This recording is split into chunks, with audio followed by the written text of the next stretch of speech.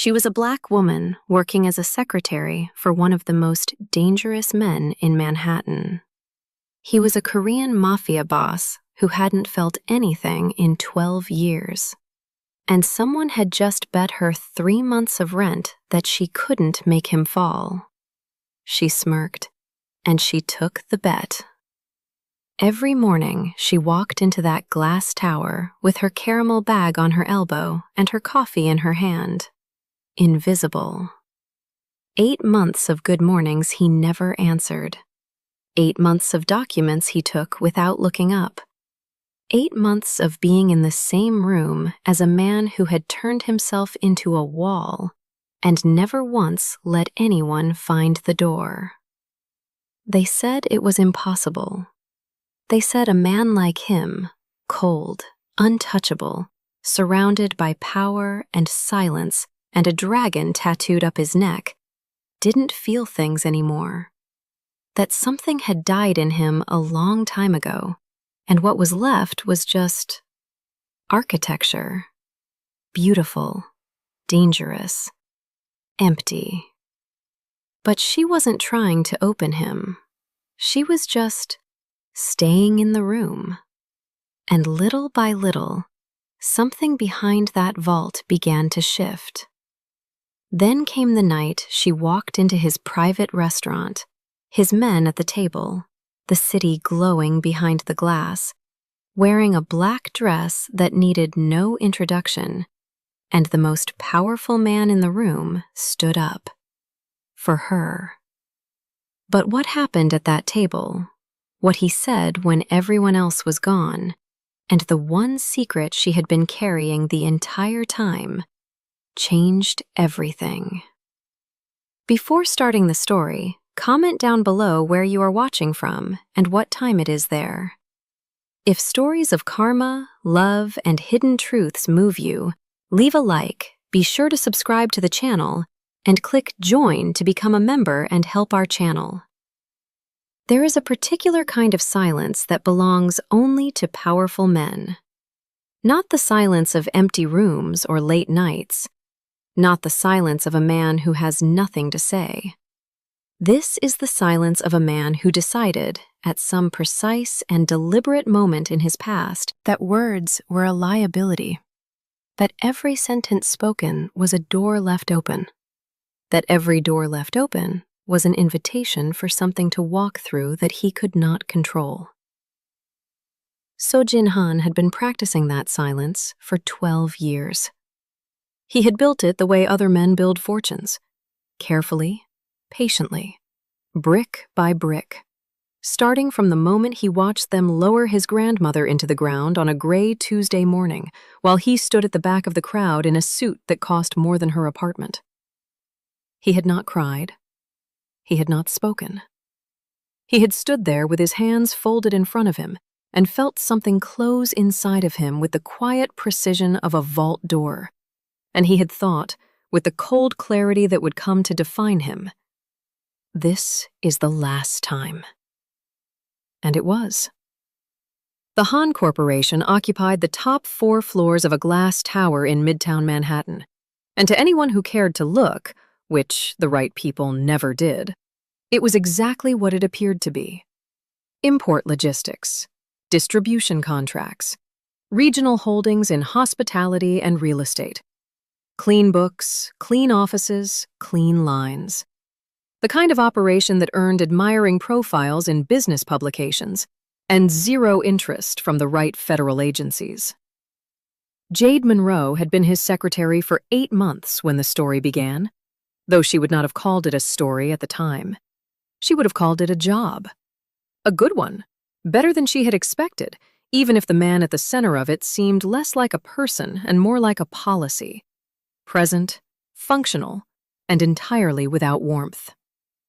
She arrived every morning at 8:45 with coffee she had already finished half of, a bag the color of caramel swinging from her elbow, and a mind that had already sorted through the day's complications before the elevator reached the 32nd floor. She was 22 years old, and she had learned early that being underestimated was a choice. Specifically, it was the choice of the person doing the underestimating. and she had stopped taking responsibility for other people's failures of observation. Jinhan had never looked at her long enough to underestimate her. He had never looked at her long enough to estimate her at all. This was, she had come to understand, not personal. It was structural. He did not look at anyone long enough. He received information, processed it, responded to it, and moved forward. People were variables in a system, and the system ran cleanly, and that was what mattered. Little did she know that on the morning the elevator doors opened and Kwan Dae-sung stepped in beside her, smelling of black coffee and expensive restraint, the thing that had been running cleanly for 12 years was already beginning, in ways no instrument could yet measure, to fracture. Bull. And everyone who worked within the orbit of the Han Corporation called him that, though few knew why, and fewer still asked, was not a man given to impulse. He had survived 12 years at Jinhan's side through a combination of genuine loyalty, physical capability, and an intuition about human behavior that he had never once been given credit for, because he hid it so effectively behind the architecture of a simple man. He was not a simple man. He watched the woman beside him in the elevator the way he watched everything, quietly, completely, with the particular attention of someone who has learned that the most important things are almost never announced. She was not looking at him. She was looking at the floor numbers climbing. And something in the way she stood, not nervous, not performing calm, but actually, genuinely, unbothered, told him something that he could not have articulated and would not have tried to. That she was dangerous. Not in any way his training had prepared him for. In the only way it hadn't. When the doors opened on the 32nd floor, he spoke before he had decided to. "You'll never get his attention, you know." And she turned, and she looked at him with those amber eyes that didn't ask permission from anything, and the corner of her mouth moved in a way that made him feel, briefly and uncomfortably, like he had just made the worst bet of his life before the terms had even been proposed. He had. The bet was never really about attention. That was the first thing Bull got wrong, and he was not a man who got things wrong often, which is perhaps why he did not recognize it when it happened. He had framed it the way men in his position frame most things, as a problem of access, of proximity, of whether a person could get close enough to something guarded to make it register their presence. But attention was never Jade Monroe's objective. She understood something about closed people that most open people never learn. That the mistake everyone makes is trying to open them, pushing at the edges, looking for the seam, applying pressure in the places that seem soft, and then being surprised when the whole structure hardens in response. She had known people like that. Not crime lords, not men with neck tattoos and offshore holdings, but people who had decided, at some point that predated her involvement in their lives, that the cost of being reached was too high. You did not open people like that. You simply stayed in the room. And so she stayed. The first week was an exercise in restraint that she did not allow herself to name as such, because naming it would have made it a strategy, and she had already begun to sense that strategy was the wrong instrument for this particular situation. She did her work. She did it better than it needed to be done, not to impress him, but because doing things badly offended something in her that had nothing to do with him. She reorganized the scheduling system on a Tuesday afternoon because the existing one had a structural inefficiency that had been bothering her for 6 weeks, and she did not mention it to anyone. And when Jinhan's 4 o'clock ran 15 minutes short because of the adjustment, he said nothing, and she expected nothing. And that was the whole of it. Except that it wasn't. Because that same evening, as she was finishing a contract summary at her desk, She heard the particular quality of silence from behind the glass wall of his office change. It was not a sound. It was the absence of one. The stopping of keyboard strokes. The cessation of the low, almost imperceptible movement that a person in concentrated work produces without knowing it. She did not look up, but she felt it. He was looking at the schedule on his screen. He was noticing.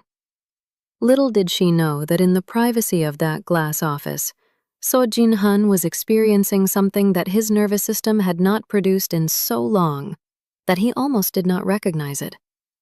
It was not admiration. It was not attraction. It was something quieter and more unsettling. The faint, irrational sense that someone in his immediate environment was operating on a frequency he had not accounted for. That the system had a variable he had not entered. He did not like variables. And yet he did not call her in to explain herself. He returned to his work.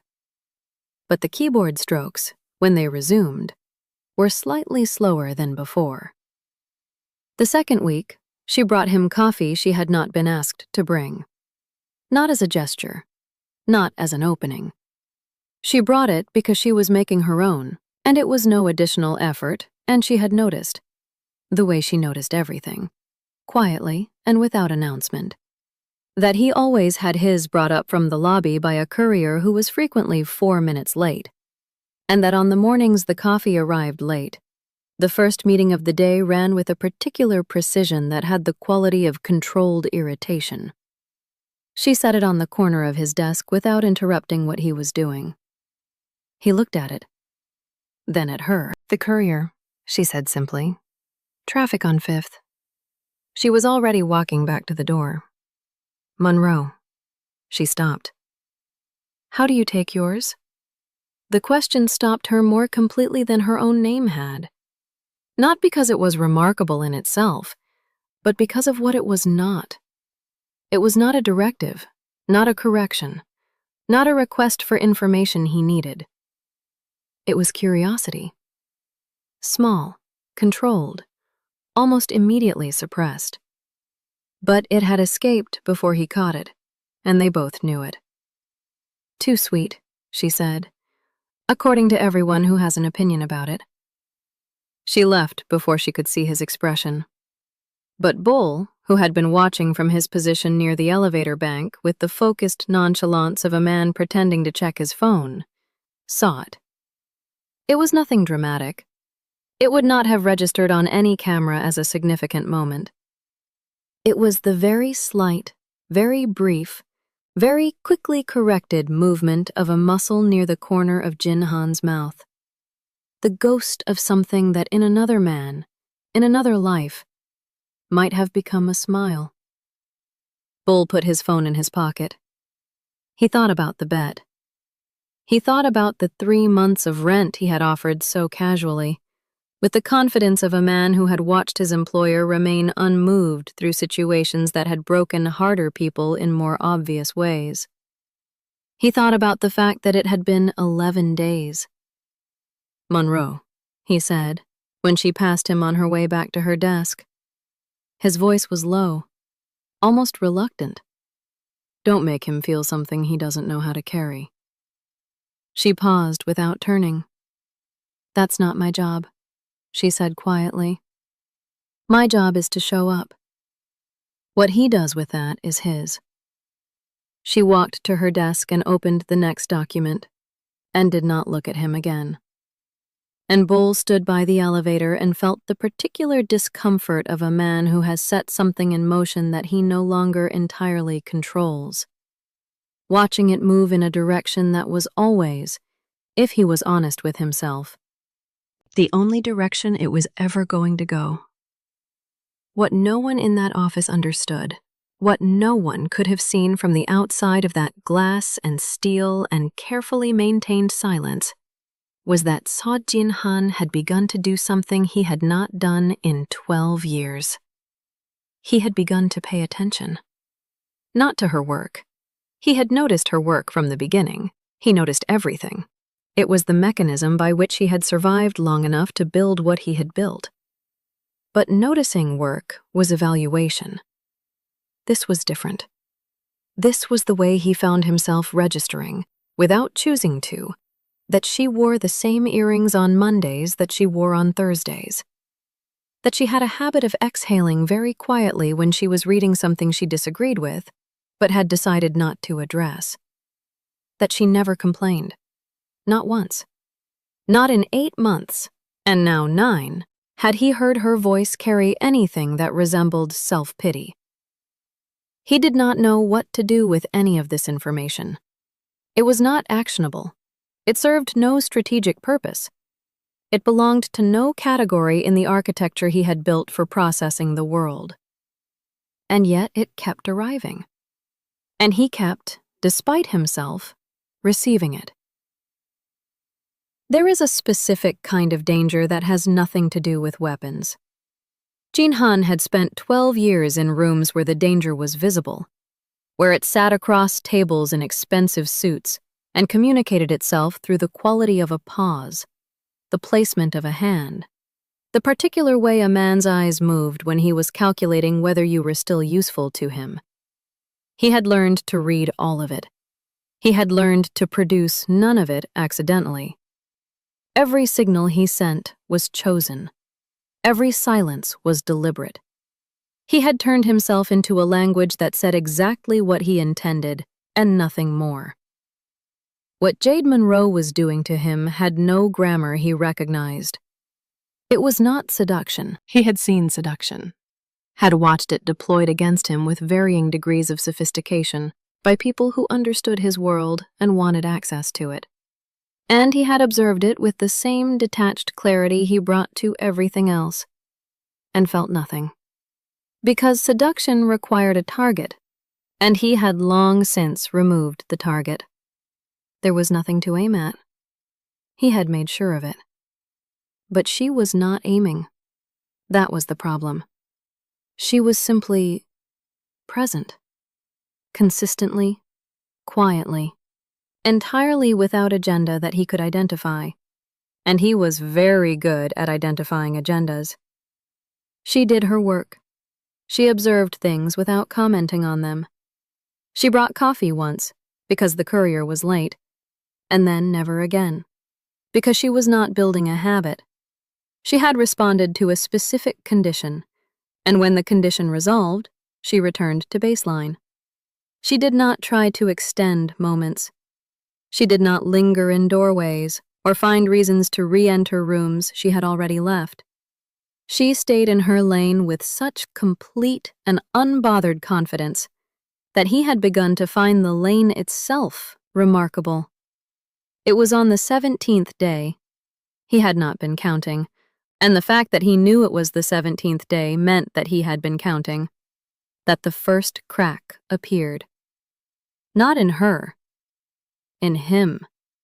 He had arrived at 7 in the morning, which was not unusual, and found a document on his desk that was not scheduled to be there until 9, organized according to a priority system he had not specified, but which was, he recognized immediately, correct.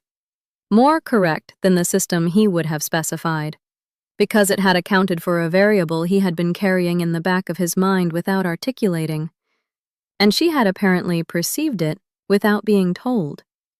He stood in front of his desk for a moment longer than was necessary. Then he sat down, opened the document, and thought, with a clarity that arrived uninvited and would not be dismissed, that he could not remember the last time someone had understood what he needed before he had named it. His grandmother used to do that. She would put tea on the table before he asked for it, would leave the room when he needed silence, without being told the silence was needed, would sit beside him without speaking on the evenings when speaking was not what he could manage, and the sitting itself was enough, and he had never told her what that meant to him, because he was 19 and had not yet learned that some things need to be said while there is still time to say them. He pushed the thought back into the place where he kept it.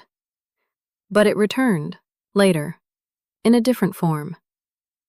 That evening, the office emptied in its usual sequence. The junior staff first, then the mid-level managers, then the department heads, then Bull, who paused at the door to Jinhan's office and exchanged the particular look that passed between them at the end of days when nothing had gone wrong, and both of them were aware that nothing going wrong was its own kind of achievement worth acknowledging. And then it was just him. Except that it wasn't, because Jade Monroe was still at her desk.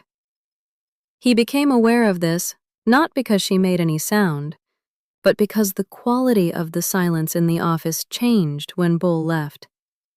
It became a two-person silence instead of a one-person silence, which should have been a negligible distinction, and was not.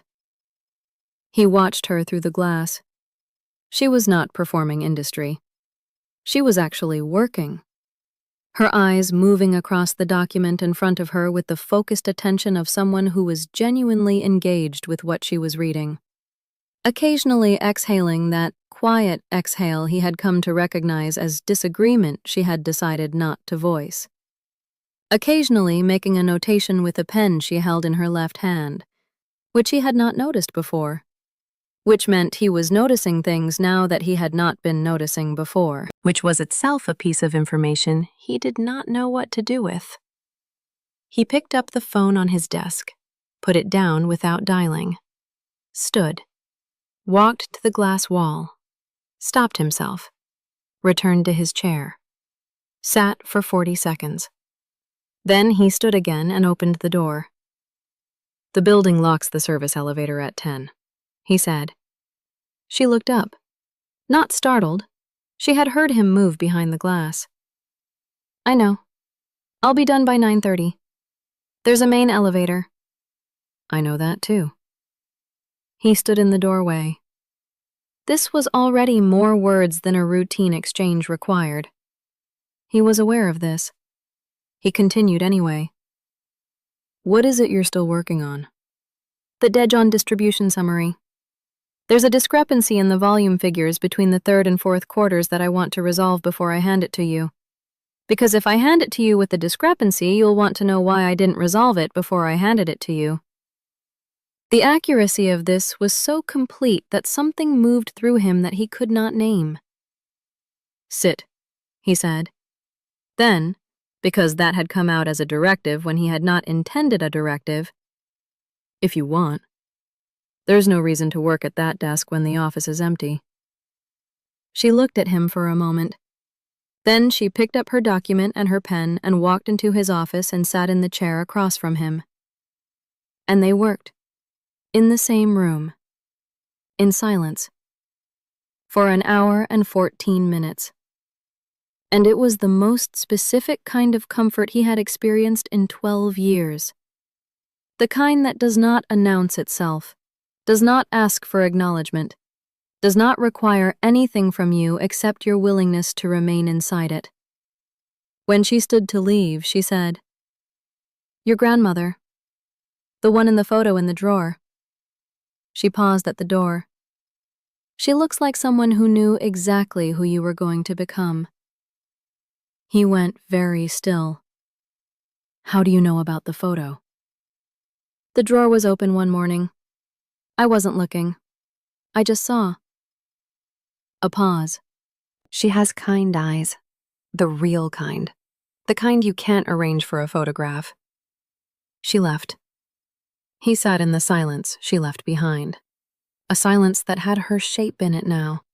That was not the same silence that had been there before she arrived. And he opened the drawer and looked at the photograph for the first time in months. His grandmother looked back at him with those eyes. And something behind the vault door, not much, not enough to be called an opening, but enough to be felt, shifted. It was Bull who found him still sitting there 40 minutes later when he came back for his forgotten phone.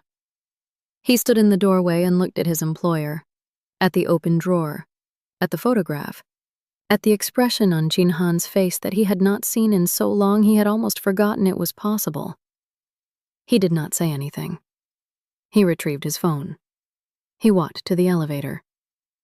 And in the elevator, going down, He thought about a 22-year-old woman with amber eyes and a caramel bag and a left-handed pen. And he thought about what he had said to her in this same elevator 11 days ago, with the casual confidence of a man who believed he understood the situation. He had not understood the situation. He understood it now.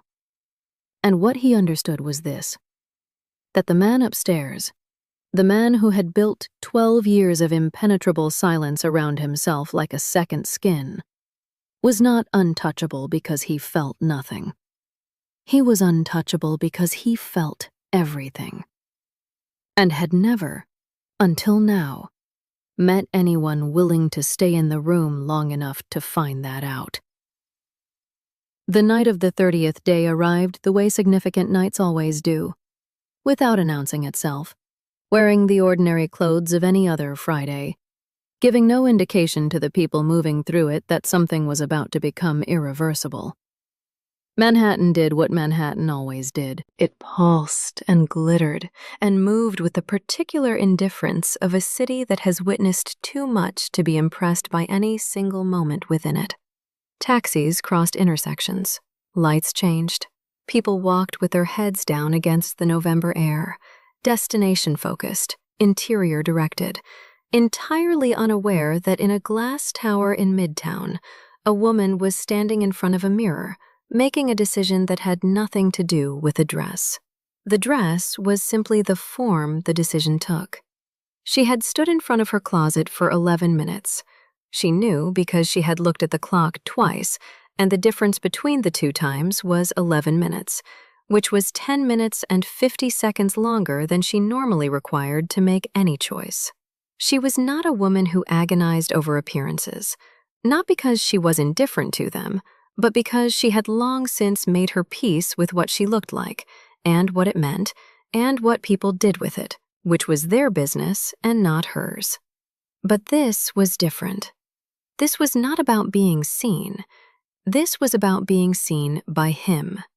And she stood in front of the mirror and looked at herself with the same clear, unflinching attention she brought to everything else. And she thought about the last 30 days, about the coffee and the schedules and the late evenings and the photograph in the drawer, and the hour and 14 minutes of shared silence that had reorganized something inside her that she had not given anyone permission to touch in a very long time. She thought about Bull's question in the corridor. "Are you still doing this for the bet?" She put on the dress. The Manhan restaurant occupied a townhouse on a street that did not appear in any dining guide, which was the point. Its existence was communicated the way all meaningful things in Jin Han's world were communicated, through proximity to people who already knew, which meant that the people who didn't know were exactly the people who were supposed to not know. The interior was the color of amber and restraint, dark marble, candlelight that had been calibrated to flatter without sentimentalizing. Tables spaced with the generosity that only genuine exclusivity could afford, not packed together in the democratic crush of popularity, but arranged with the confidence of a place that had never needed to maximize covers because the people who came here were not coming for the food alone. At the largest table, set against the back wall where sightlines ran clean to every entrance, Seo Hun sat at the head of 7 men who between them managed the invisible architecture of everything he had built. He was wearing black. He was always wearing black. The first button of his shirt was open, and the dragon on his neck caught the candlelight in a way that made it look, briefly, alive. His Patek Philippe sat on his left wrist, and he was not looking at it because he did not need to. He always knew what time it was, had always known what time it was. One of those small and inexplicable competencies that had no strategic value and simply existed in him the way certain things exist in certain people without origin or explanation. The conversation at the table was in the low, unhurried register of men who trust each other enough to leave space between sentences. No one performed here. There was no audience to perform for. Jinhan was listening to something the man on his left was saying about a supply chain adjustment when he became aware, before he had processed any specific sensory input that would have justified the awareness, that something in the room had changed. He looked toward the entrance. She stood at the threshold for exactly as long as it took the room to recognize her. Not long. The black dress moved with her the way fabric moves when it has been given something worth following. Not draped, not displayed, but alive in the specific way that things are alive when the person wearing them is entirely comfortable inside them. The curls were down, and they fell across her shoulders and down her back with the kind of fullness that does not come from effort, but from care, long practiced and deeply personal. The gold at her ears caught the amber light. The clutch in her hand was steady and still. She walked into the room. She walked the way she did everything, without asking the room's permission, without performing confidence, without any of the visible architecture that people construct when they are trying to appear unafraid. She was simply moving through space that she had decided, at some point between the mirror and this doorway, belonged to her as much as it belonged to anyone. Every man at the table registered her arrival in his own way. The man on Jinhan's left stopped speaking mid-sentence. Bull, seated 2 chairs down, looked at his glass and did not look up, because he already knew, had known since she told him she was going to do this, had told her she was insane and then said nothing else because there was nothing else to say. Because when Jade Monroe decided something, the conversation was already over. And Jinhan. Jinhan watched her cross the room and felt something happen inside his chest that he had no current language for, because the language he had once had for it had not been used in 12 years and had gone the way of unused things. Quiet, dormant, present but unreachable. Until now. She stopped at the edge of the table. The table of 7 men who ran, between them, an organization that had survived federal investigations and internal betrayals, and the particular entropy that dismantles most things built on power. This table went completely silent. "I heard," she said, and her voice was even and warm and entirely without apology, "that this is the best restaurant in Manhattan." No one spoke. She looked at Jinhan. He looked at her, and the 12 years between this moment and the last time he had allowed himself to be seen by anyone collapsed.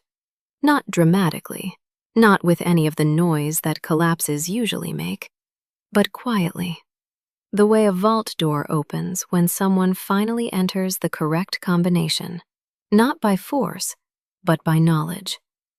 He stood. It was a small movement, a single, deliberate motion. But every man at the table understood what it meant, because they had all been with him long enough to know that So Jinhan did not stand for anyone, did not adjust the geometry of a room for any person within it. He pulled out the chair beside him. "Sit down, Monroe." She sat, and the dinner resumed around them with the careful normality of men who understood that they had just witnessed something that would not be discussed, not because it was secret, but because some things are too significant for the register of ordinary conversation, and everyone in the room was smart enough to know it. Bull picked up his glass and drank from it, and looked at the candle in front of him, and thought about 11 words spoken in an elevator 30 days ago, with the confidence of a man who had fundamentally misread the situation. And he felt something that men like him rarely allow themselves to feel openly, something uncomplicated and clean. He felt glad. When the table had emptied, and the last of the men had said their goodnights, and the restaurant had quieted to the particular stillness of a place settling into itself after the performance of an evening, Jinhan and Jade remained, she with her wine, he with his whiskey, the city pressing its light against the windows behind them. He told her about the restaurant's name. She told him she already knew. He asked her how. She told him she looked it up. And then she told him what the name meant to her. Not the translation, but the implication.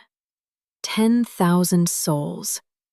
A man who carries that name either believes he is responsible for that many lives, or he is warning you that he has been responsible for that many losses.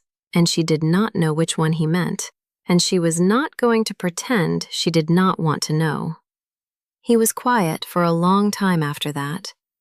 Then he said, both, and the word landed between them with the weight of something that had not been said to anyone, ever. And she received it without flinching, without softening it, without any of the reflexive reassurances that people offer when honesty makes them uncomfortable. She just held it, and he watched her hold it, and something in him that had been standing at an edge for 30 days made its decision. There was a bet, he said, not a question. There was, she said. Not an apology. Tell me when it stopped mattering. She turned her wineglass slowly, once, and looked at it, and then looked at him. The night you told me about your grandmother, she said. You didn't tell me anything, actually. You just said she played piano. But the way you said it, she paused. I stopped thinking about the bet that night. I started thinking about you instead. The actual you, not the project. The candle between them had burned low. He extended his hand across the table. Not a handshake, not a gesture with precedent in anything they had been to each other before this moment. Just his hand, open, on the table between them. Tatuagens e tudo. The dragon resting quiet on his skin. The characters on his fingers spelling out things she would someday ask him to translate.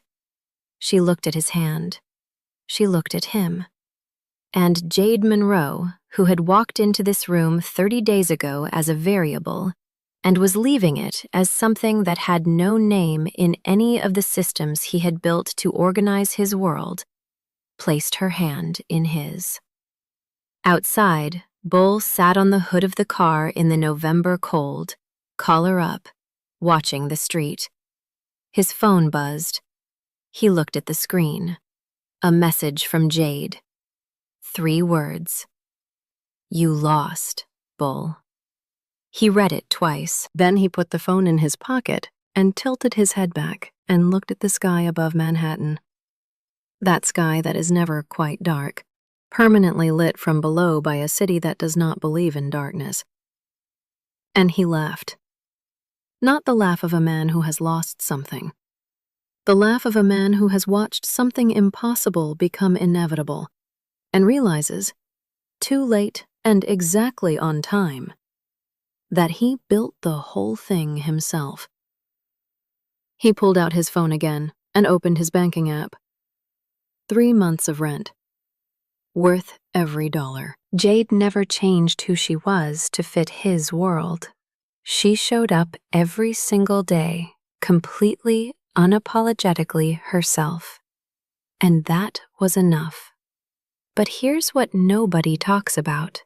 The same woman who refuses to shrink in any room sometimes looks in the mirror and doesn't recognize her own skin anymore. The dark spots that appeared out of nowhere. The firmness that slowly disappeared, the uneven tone that no product seems to fix, the dryness that comes back 2 hours after moisturizing, the treatments that work for everyone else, but not for you. And the worst part? Most skincare was never made with your skin in mind. Black skin after 45 is not generic skin. It has its own biology, its own needs, its own rules. And when you treat it like everyone else's, you get everyone else's results, which means none. Korean women figured this out generations ago. They don't chase youth. They invest in skin health. deep, intentional, science-backed ritual that works at the cellular level. And now that method has been translated specifically for mature Black skin. The Korean Glass Skin Secrets Guide covers everything your skin actually needs: how to rebuild your barrier, fade dark spots the right way, boost collagen naturally, and follow a complete AM and PM routine built for women 45 plus. No guesswork. No wasted money on products that weren't made for you. No more starting over every few months. Just your skin, finally getting what it deserves. Scan the QR code on your screen right now, or find the link in the description and in the pinned comment below. If this story moved you, stop for a moment and reflect. Have you ever been in a room where someone looked straight through you? Not because you were invisible, but because they had decided, before you ever opened your mouth, that you weren't worth seeing? And have you ever met someone so guarded, so buried beneath everything life had made them build around themselves, that the bravest thing you could do was simply stay? And what about the moments when something that started as a game became the most honest thing you had ever felt? Would you have had the courage to admit that? Or would you have walked away before anyone could see it was real? Tell us your experiences and feelings in the comments. We read them all. And if you believe in stories about being seen, quiet courage, and love that nobody saw coming, leave a like, be sure to subscribe to the channel, and click join to become a part of our community and help the channel.